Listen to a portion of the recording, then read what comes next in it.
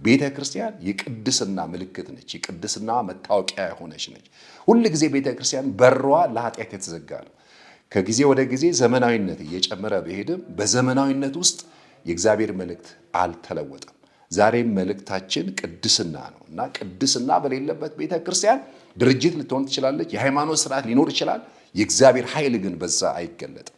ለኃጢአት በተከፈተ በር ኢየሱስ ክርስቶስ አይገባም። ይሄ ግልጽ ነው። ለኢየሱስ በተከፈተ በር ደግሞ ኃጢአት ፈጽሞ ሊገባ አይችልም። ስለዚህ ቤተክርስቲያን ለኃጢአት ሁል ጊዜ በሯ ዝግ መሆን አለበት። ለኮምፕሮማይዝ ለማመቻመች ከኃጢአት ጋር ለመደባለቅ በጣም በሮቿ ዝግ ሊሆን ይገባል። የትኛውም አገልግሎታችን ለኃጢአታችን ፍቃድ አይሰጠን። ማካካሻ አይደለም። ምናገለግሉት ያደረግነውን ኃጢአት ሊሸፍን አይችልም። እና እቺ ነብይ ነኝ የምትለው ሴት አንዱ በዚህ ተሸፍና ነበረ ይሄንን ፍላጎቷ ስታደርግ የነበረ። ሁል ጊዜ በትህትና ማገልገል እንጂ ባለን ስም የራሳችን ትምህርት ቀላቅለን ህዝቡን ማጠጣት የለብንም። እና በዘመኑ እየሰለጠነ ቢመጣም እንግዲህ ሁሌ በየዘመኑ ማይለወጥ መልእክት ግን አለን። የእግዚአብሔር ቃል ሁል ጊዜ ስለ ቅድስና ጮክ ብሎ የሚናገር መጽሐፍ ነው። ኃጢአት ጽድቅ ሊሆን አይችልም። የፈለገ ሰዎች ቢለምኑት ሁል ጊዜ ኃጢአት ነው ማለት ነው። ብዙ ሰዎች ስላደረጉት ኃጢአት ጽድቅ ሊሆን በጭራሽ አይችልም። ስለዚህ አንድ በአሜሪካን ሀገር የጂም ዶክተር በአሜሪካ 160 በላይ ሆኑ ሴቶችን ወሲባዊ ትንኮሳ በማድረጉ ምክንያት በዛ ዘመን የነበረው ፍርድ ቤት በቀርቦ 175 ዓመት እንደተፈረደበት ሰምቻለሁ። ምን ማለት ነው? የስልጠናው አካል በማስመሰል ነበረ ወሲባዊ ትንኮሳ ሲያደርግባቸው የነበረው እና በዛ በሙያው ተጠቅሞ ብዙዎችን ለዚህ ወሲባዊ ትንኮሳ ሲያደርግ እንመለከት እና በዚህ በነብይነቷ ተሸፍና የምታደርገውን ኃጢአት ልምምድ ኢሞራላዊ ተግባር እግዚአብሔር ከሰማይ ሲኮንን እንመለከታለን። የእግዚአብሔር ፍርድ ደግሞ ሁል ጊዜ መጨረሻ እንጂ መጀመሪያ አይደለም። እቺ ሴት መጀመሪያ እግዚአብሔር እሷ ላይ ከመፍረዱ በፊት እግዚአብሔር አስጠንቅቋት ነበረ። የመጀመሪያው አማራጭ በእግዚአብሔር ፊት ንስሐ መግባት ነው። ምዕራፍ 2 እዚህ ቁጥር 21 ላይ እንደምንመለከተው እንደዚህ ብሎ ይናገራል። እዚሁ ራእይ ምዕራፍ 2 ቁጥር 21 ላይ እንደዚህ ብሎ ይናገራል። ከዝሙቷ ንስሐ እንድትገባ ጊዜ ሰጥቻት ነበር፣ እርሷ ግን ፈቃደኛ አልሆነችም እያለ ይናገራል። እና እግዚአብሔር በአንድ ጊዜ ሰዎች ኃጢአት በሰሩ ቅጽበት ሰዎች ላይ ሲፈርድ ሰዎችን ሲቀጣቸው አንመለከትም። የመጀመሪያው እርምጃ የእግዚአብሔር እርምጃ ሰዎች ንስሐ እንዲገቡ ሰዎች እንዲመለሱ ነው። እግዚአብሔር ግን ጊዜ ሰጠኋት፣ ለመመለስ ግን ፈቃደኛ አይደለችም። ደግማ ለማድረግ ታቅዳለች። እንዲህ አይነት የህይወት ልምምድ ነበራት እና እግዚአብሔር ሰጣትን እድል በአግባቡ አልተጠቀመችም። ዘኍልቍ ምዕራፍ 14 ከ22 እስከ 23 ላይ ስንመለከት በግብፅ ምድርና በምድረ በዳ ያደረኩትን ታምራቴንና ክብሬን ያዩ እነዚህ ሰዎች ሁሉ 10 ጊዜ ስለተፈታተኑኝ ነገሬን ስላልሰሙ በእውነት ለአባቶቻቸው የማልኩላቸው ምድር አያዩም፣ ከነርሱም የናቀኝ ሰው ሁሉ አያያትም ብሎ ይናገራል። እግዚአብሔር ይታገሳል፣ ነገር ግን ጽዋው ሲሞላ እግዚአብሔር ደግሞ ይፈርዳል። ጊዜ ሰጥቷት ነበረ እንድትመለስ፣ እግዚአብሔር ወደሱ እንድትቀርብ፣ ያደረገችውን ተግባር እንድትተው፣ ወደ እግዚአብሔር ልቧ እንድትመልስ በተደጋጋሚ ጌታ ተናግሯት ነበር። ግን ፈቃደኛ አይደለችም ብሎ እግዚአብሔር ቃል ይነግረናልና ሮሜ ምዕራፍ 2 ከ4 እስከ 5 ላይ የእግዚአብሔር ቸርነት እንድንመለስ እንጂ ኃጢአት በማድረግ እንድንቀጥል አያበረታታል። ምክንያቱም እግዚአብሔር ቸርነት ወደ ንስሐ እንዲመራ ሳታውቅ የቸርነቱና የመቻሉን የትዕግስቱን ባለጠግነት ትንቃለህን? ነገር ግን እንደ ጥንካሬና ንስሐ እንደማይገባ ልብህ የእግዚአብሔር ቅን ፍርድ በሚገለጥበት ጊዜ ቁጣ በራስ ላይ ታከማቻለህ ብሎ ይናገራል። እና የእግዚአብሔርን ትዕግስት መናቅ የእግዚአብሔርን ቁጣ በራያችን ላይ ያመጣል። የእግዚአብሔር መዓት በሕይወታችን እንዲገለጥ ያደርጋል። እና እግዚአብሔር መጀመሪያ ለሰዎች እድል ይሰጣቸዋል። ትልቁ ኃጢአት መስራት ብቻ አይደለም። ትልቁ ኃጢአት ከሰራነው ኃጢአት ለመመለስ ፈቃደኛ አለመሆን ነው። እንዲህ አይነቱ ሰው ደግሞ ድንገት ይሰበራል። ለስብራቱም ደግሞ ፈውስ የለውም። ከእግዚአብሔር ስለሚመጣ ማንም ሊያክመው ሊያድነው አይችልም፣ እግዚአብሔር የፈረደበትን ሰው። ስለዚህ ጌታም ሲናገር ሰዎች ስራቸው ክፉ ነበርና ከብርሃን ይልቅ ጨለማን ወደዱ። ከዚህ የተነሳ እግዚአብሔር የሚናገራቸውን መስማት ፈቃደኛ አይደሉም። ዮሐንስ ወንጌል 3:19 ስንመለከት በንስሐ ለመመለስ ወደ አስከፊ ፍርድ ያመራል ማለት ነው። በሶስት አካላት ላይ ፍርድ እንደሚያመጣ በዚህ ክፍል ላይ እንመለከታለን። የመጀመሪያ ለምሳሌ በኤልዛቤል ላይ ምንድን ነው የሚለው? እዚህ ራእይ ምዕራፍ 2 ቁጥር 22 ላይ እንደምንመለከተው ስለዚህ በመከራ አልጋ ላይ እጥላታለሁ፣ ከእርሷ ጋር የሚያመነዝሩትም ከመንገዷ ንስሐ ካልገቡ በብርቱ ስቃይ አመጣባቸዋለሁ፣ ልጆቿንም በሞት እቀጣቸዋለሁ እያለ የእግዚአብሔር ቃል ሲናገር እንመለከታለን። እንግዲህ አልጋ እንደምንመለከት ሰዎች ከድካማቸው የሚያርፉበት ቦታ ነው። ነገር ግን ለእርሷ የተነገረው ምንድን ነው? በአልጋ ላይ ጥላት አለው ማለት በሚያሰቃይ ህመም እመታት አለው። ምክንያቱም ለመመለስ ፍቃደኛ አይደለችም። ለእግዚአብሔር ድምፅ ተገዢ አይደለችም። በዝሙቷ በማመንዘሯ ለጣዖት በሚቀርበው በዛ ለመብላትና ለመጠጣት ብቻ ሳይሆን ሌሎችንም በዚሁ አስተምሯ ለመቀጠል ልቧን በማደንደኗና እልከኛ በማድረጓ እግዚአብሔር በአልጋዋ ላይ እጥላታለሁ እያለ ሲናገር እንመለከታለን። እግዚአብሔር ይፈርዳል። የሚፈርደው የሆነ ወደፊት ብቻ አይደለም። አሁንም በህይወት እያለን የመመለስ እድል ሰጥቶን ካልተመለስን፣ ልባችን ካደነደንን፣ ካመፅን፣ በፈቃዱ ላይ ካመፅን ዓለማዊነትን እግዚአብሔር ቶለሬት አያታገስም። እግዚአብሔር እንድንመለስ ሁሉ ጊዜ እድል ይሰጠናል። ካልሆነ ልክ እንደ ኤልዛቤል በአልጋ ላይ እንደጣላት በበሽታ እንደመታት የእግዚአብሔር ቁጣ በሷ ላይ እንደተገለጠ እንዲሁም ዛሬ እንዲሁ እግዚአብሔር ያደርጋል። በአዲስ ኪዳን ላይ ነው ይሄ። ብዙ ጊዜ የብሉይ ኪዳን ብዙ ቁጣ፣ መቅሰፍት፣ ቅጣት ምናምን ስንል ብሉይ ኪዳን ብቻ እንደሆነና በአዲስ ኪዳን ላይ ነው ይሄ። እንግዲህ ቲያጥሮን ቤተክርስቲያን የአዲስ ኪዳን አብያተ ክርስቲያናት መካከል አንዷ ነች እና እግዚአብሔር ይቀጣለው ሲል እንመለከታለን ማለት ነው። ስላልተመለሱ ሰዎች ዛሬም እንደዚህ ሆነው ምናልባት ይህንን መልእክት የምትሰሙ ወንድሞቼና እህቶቼ አንድን ኃጢአት በተመሳሳይ ሁኔታ እያደረጋችሁ ያልተመለሳችሁ፣ እግዚአብሔር እየተናገረ ልባችሁን ያደነደናችሁ ያጠነከራችሁ ሰዎች አሁን እንደገና እድል ይሰጣችኋል። በልከኝነት የምትመላለሱ ሰዎች ምናልባት ምን ይታወቃል፣ ዛሬ ልባችሁ ቢሰበር ንስሐ ብትገቡ እግዚአብሔር እንደገና ይቀበላችኋል። ባይሆን በአመፀኝነት ከቀጠላችሁ የድፍረትን ኃጢአት ከዚህ አሁን ካደረጋችሁት በላይ እንደገና ለማድረግ የምታቀዱ ሰዎች በእርግጠኝነት ነግራችኋለሁ፣ በእግዚአብሔር መንፈስ ሆኜ እግዚአብሔር ይቀጣችኋል። እግዚአብሔር ይቀጣችኋል። ጽዋው ይሞላል። እግዚአብሔር ያዋርዳችኋል። እግዚአብሔር የሚያከብር ብቻ ሳይሆን እግዚአብሔር የሚያዋርድም አምላክ ነው። በመጽሐፍ ቅዱስ ይሄ ነው። የናቁኝን እንቃለሁ፣ የሚያከብሩኝን ደግሞ አከብራለሁ። ይህ አይሆንልኝም። እግዚአብሔር ኃጢአትን ቶለሬት አያደርግም። ስለዚህ እግዚአብሔር የሰጠንን እድል በአግባቡ እንድንጠቀም፣ አለበለዚያ የእግዚአብሔር ፍርድ እንደሚመጣ የእግዚአብሔር ቃል ይነግረናል። ሌላው ሁለተኛው ከእርሷ ጋር የሚያመነዝሩትን ይሄ ከስራዋ የሚተባበሩትን ሰዎች ራሱ እግዚአብሔር በስቃይ እመታቸዋለሁ እያለ እዚሁ ባነበብኩት ክፍል ላይ እናገኛለን።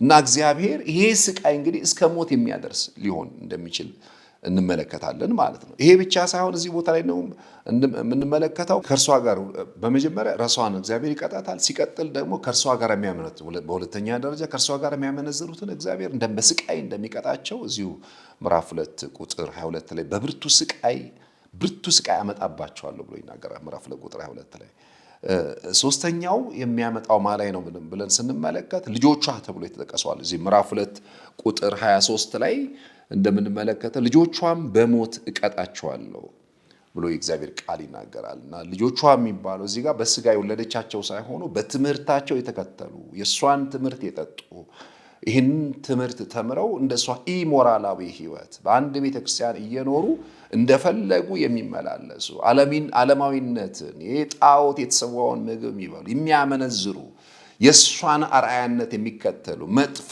ልምምድ የተከተሉ የእሷን ፉት ስቴፕ የእሷን ፈለግ ተከትለው የእሷን ኃጢአት የሚደግሙ እነዚህ ልጆቿን በሞት እቀጣቸዋለሁ ብሎ የእግዚአብሔር ቃል ይናገራል ማለት ነው። እግዚአብሔር የሚያድን አምላክ ነው። ልክ ነው። ግን ደግሞ እግዚአብሔር የሚገድል አምላክ ነው። እግዚአብሔር ቁጣው ሲገለጥ ሰዎች አልመለስ ሲሉ በአመፃቸው ሲቀጥሉ ተከታዮቻቸው እሷ ብቻ ሳይሆን ከዛ ተግባራቸው ካልተመለሱ ልጆቿን በሞት እቀጣለሁ እያለ ይናገራል። እና ዋኖችን ብቻ አይደለም ተከታዮችንም ጭምር እግዚአብሔር በፍርድ ይገናኛቸዋል። እና እሱ ነው ያሳሳተኝ ወይም እሷ ናት ነብዩ ነው ፓስተሩ ነው የሚባል ነገር የለም።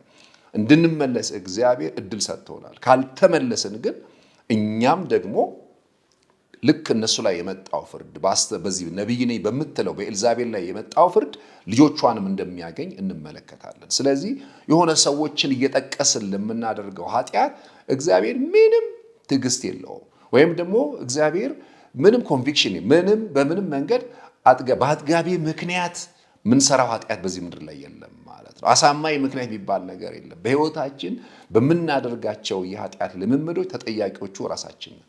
ስለዚህ ልጆቿንም ጭምር በሞት እቀጣቸዋለሁ ብሎ የእግዚአብሔር ቃል ይናገራልና ስለዚህ እግዚአብሔር የሚቀጣ አምላክ ነው። ቤተክርስቲያን እንግዲህ ይሄንን እግዚአብሔር በሚናገርበት ጊዜ የቲያጥሮን ቤተክርስቲያን ከተመሰረተች ኦልሞስት 40 ዓመት ሆኗት ነበረ እና በዚህ በ40 ዓመት ውስጥ ነው እንግዲህ ቤተክርስቲያን በዚህ ልክ የተበረዘችው። ክርስቶስ ሞትን ድል አድርጎ ከተነሳ በኋላ ቤተክርስቲያን ከተመሰረተች በኋላ ሐዋርያ ጴጥሮስ በመጀመሪያው ስብከት 3000 ሰዎች ከዳኑ በኋላ ወደ 40 ዓመት ከተቆጠረ በኋላ ነው እንግዲህ ቤተክርስቲያንን በዚህ ልክ የበረዘችው ማለት ነው። እና ይሄኛው ሁለተኛው ትውልድ በነበራት ቆይታ መርዘዋለች። ኃላፊነት በተሰጣት ኃላፊነት በታማኝነትና በቅድስና ቀጣዩ ትውልድ እንዲሄድ ከማድረግ ይልቅ ህዝቡን በርዘዋለች። ድብልቅነትን አስፋፍታለች። ዓለማዊነትን አስፋፍታለች።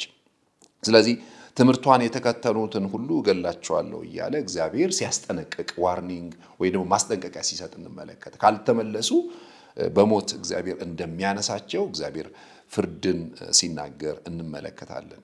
በዚህችው ቤተክርስቲያን በጣም ደግሞ ደስ የሚለው ትሩፋን አሉት እግዚአብሔር። በዘመናት ሁሉ ቅሬታዎች አሉ እና በጣም ደፋሮች እንዳሉ ለኃጢአት ራሳቸውን የሰጡ እንዳሉ ሁሉ ደግሞ እግዚአብሔር የሚፈሩ በቅድስና የሚመላለሱ ልብሳቸውን ያላረከሱ ሕይወታቸውን ያላረከሱ ለእግዚአብሔር ቅድስና የሚኖሩ እግዚአብሔርን ደስ በማሰኘት የሚኖሩ ሰዎች አሉ በዚች ቤተክርስቲያን እና ትሩፋን እንዳሉ እንመለከታለን። እዚችው ቤተክርስቲያን እና ምን ይላል እዚህ ምዕራፍ 2 ቁጥር 23 ላይ እንደዚህ ብሎ ይናገራል። ልጆቿን በሞት እገላቸዋለሁ ካለ በኋላ ከዚያም አብያተ ክርስቲያናት ሁሉ እኔ ልብንና ሐሳብን የምመረምር መሆኔን ይረዳሉ፣ ለእያንዳንዳቸውም እንደ ሥራቸው እከፍላቸዋለሁ። ትምህርታቸውን ላልተከተላችሁ የሰይጣንን ጥልቅ ምስጢር ነው የሚባለውን ላልተቀበላችሁ በቲያጥሮን ለቀራችሁ ለእናንተ ግን ይህን እላለሁ፣ በእናንተ ላይ ተጨማሪ ሸክም አልጭንባችሁም። ብቻ እኔ እስክመጣ ድረስ ያላችሁን አጥብቃችሁ ያዙ ብሎ ይናገራል። ይሄ ለቅሬታዎች የተነገረ ነው እና በእነሱ ላይ በሚያደርገው ፍርድ እዚህ ቦታ ላይ እንደምንመለከተው አብያተ ክርስቲያናት ሁሉ እኔ ልብንና ሐሳብን የምመረምር መሆኔን ያውቃሉ ብሎ እንመለከት እና እግዚአብሔር አንዳንዴ የሚከብረው በመፈወስ ብቻ አይደለም፣ በመገሰጽም እግዚአብሔር በመቅጣትም ጭምር ይከበራል። ሐዋርያት ሥራ ምዕራፍ 5 ላይ እናስታውሳለን። ሐናንያና ሰጲራ ላይ እግዚአብሔር በወሰደው የሞት ቅጣት ምክንያት እግዚአብሔርን መፍራት በሕዝቡ ላይ እንደወደቀ እንመለከታለን እና እግዚአብሔር መፍራት የሚወድቀው እግዚአብሔር ሰው ሲፈውስ ብቻ ተአምር ሲያደርግ ብቻ አይደለም፣ ሲገስጽም ጭምር ሲቀጣም ጭምር የእግዚአብሔር ቅድስና በቤተ ክርስቲያን ላይ ይሞላል። ፈርሃ እግዚአብሔር ይሞላል። ቤቱ የጸሎት ቤት ይሆናል። ሰዎች በትክክል ፈርሃ እግዚአብሔር ሴንስ ያደርጋሉ። በእግዚአብሔር ቤት ውስጥ የእግዚአብሔር ህልወት ሴንስ ፊል ያደርጋሉ እና አብያተ ክርስቲያናት በእርግጥ እግዚአብሔር ልብንም ሐሳብንም ምን ማለት ነው የተገለጠውን ብቻ ሳይሆን የተሰወረውንም የሰዎችን የህይወት ልምምድ የሚቀጣ አምላክ እንደሆነ ሌሎቹ አብያተ ክርስቲያናት ይህንን ሁሉ ይረዳሉ እያለ እንመለከታለን። ለእያንዳንዱ እግዚአብሔር እንደ ስራው እንደሚሰጥ ምን ማለት ነው? ይሄ ሁሉ እየተደረገ እንዲህ አይነት ክፋት፣ እንዲህ አይነት አመፅ፣ እንዲህ አይነት ርኩሰት እየተደረገ ራሱ እግዚአብሔር ለምን ዝም ይላል የሚሉ ጥያቄዎች በበዙበት ባለንበት ዓለም ግን እግዚአብሔር ጽዋው እስኪሞላ ሰዎች ወደ ንስሐ እስኪመለሱ እየታገሳቸው ነው። ግን ደግሞ ጊዜ ይመጣል እግዚአብሔር ሰዎች ላይ የሚፈርድበት። የዛን ጊዜ ደግሞ ሰዎች እግዚአብሔር በትክክል ልብና ሐሳብን የሚመረምር እውነተኛ አምላክ፣ በኃጢአትን የሚቀጣ በጽድቅ የሚፈርድ አምላክ መሆኑን ይረዳሉ። ለእያንዳንዱ ልካ እግዚአብሔር በስራው ጻድቅ እንደሆነና ለእያንዳንዱ እንደ ስራው እንደሚሰጥ የሚታወቅበት ጊዜ እንደሚመጣ እግዚአብሔር ቃል ይናገራል። ሁል ጊዜ ምንጊዜም ክፉ ስራ መለኮታዊ ፍርድን ያስከትላል። እግዚአብሔር ከክፉ ስራቸው ሰዎች ካልተመለሱ እግዚአብሔር ለክፉ ስራቸው የሚሆን ቅጣት እንደሚያመጣ ከዚህ ክፍል ላይ እንማራለን ማለት ነው። ስለዚህ ይህንን መልእክት እየሰማችሁ ያላችሁ ወንድሞችና እህቶች፣ ወዳጆቼ በእውነት እግዚአብሔር ይወዳችኋል። የማንንም ጥፋት እግዚአብሔር አይፈልግም።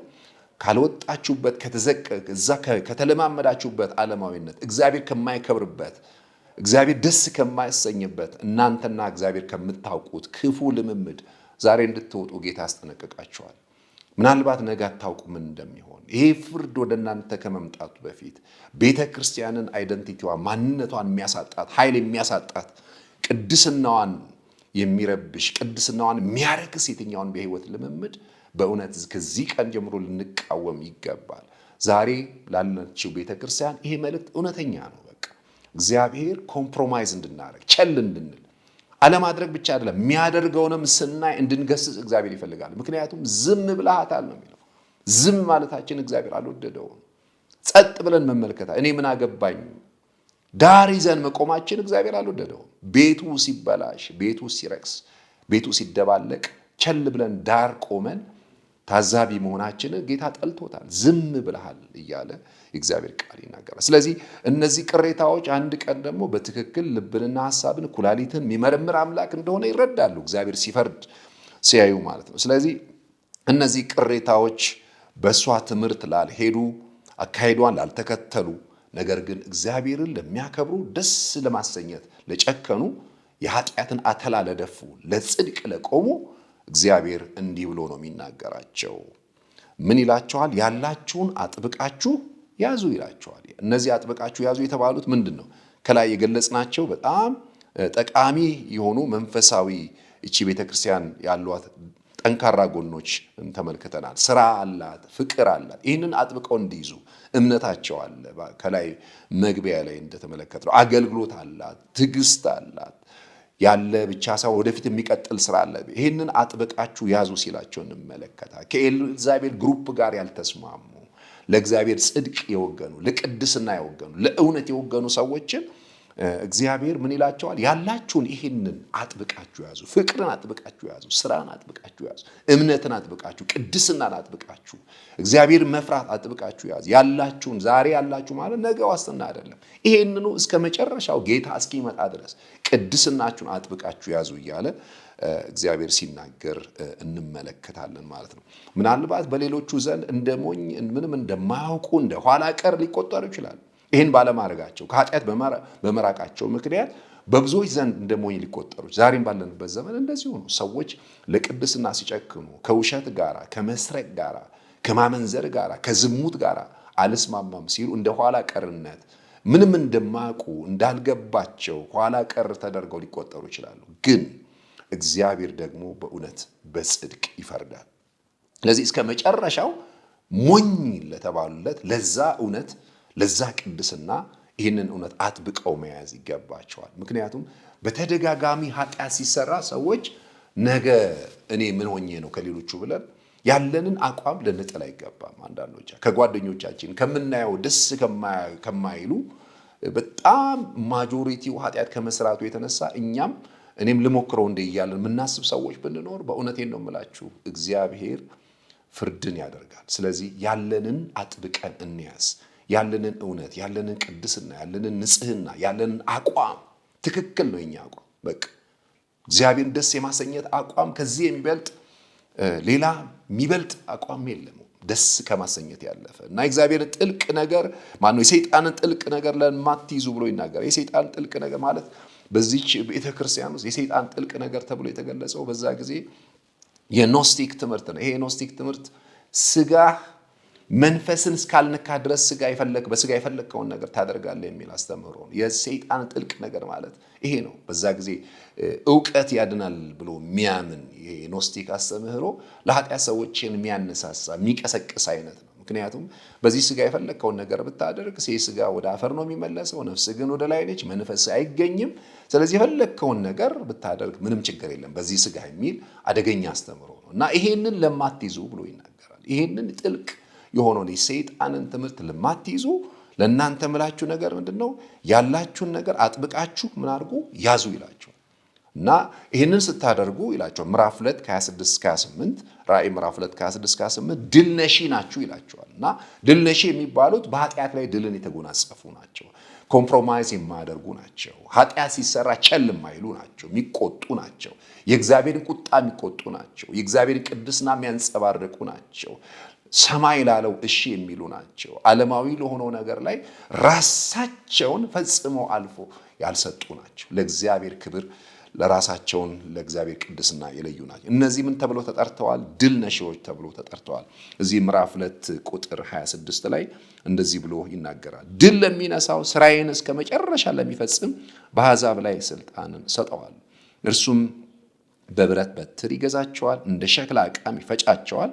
ይህም ልክ እኔ ከአባቴ ዘንድ ስልጣን እንደተቀበልኩ ነው ብሎ ይናገራል። እንዲህ ላደረጉ በቅድስና ራሳቸውን ለጠበቁ እነዚህ ቅሬታዎች ከእግዚአብሔር ዘንድ ተስፋ አላቸው። እንደዛ ይቀጣሉ እንዳልነው ሁሉ እነዛ እግዚአብሔር የማይፈሩ ደፋሮች እግዚአብሔር ይቀጣል እንዳልነው ሁሉ ደግሞ በንጽህናና በቅድስና እግዚአብሔር ለሚፈሩ በዚህ ሁሉ ውስጥ ይሄን ሁሉ እያዩ ራሳቸውን ከእግዚአብሔር ጋር በእውነት ሕይወታቸውን ከእግዚአብሔር ጋር አካሄዳቸውን አድርገው የሚሄዱ ሰዎች ከእግዚአብሔር ዘንድ ሽልማት አላቸው። ይህ ሽልማት እዚህ ጋር እንደምንመለከተው ከክርስቶስ ጋር አብሮ የመግዛት ስልጣን ይሰጣቸዋል ብሎ ይናገራል። በሁለተኛ ደረጃ የተሰጣቸው ተስፋ ምንድን ነው?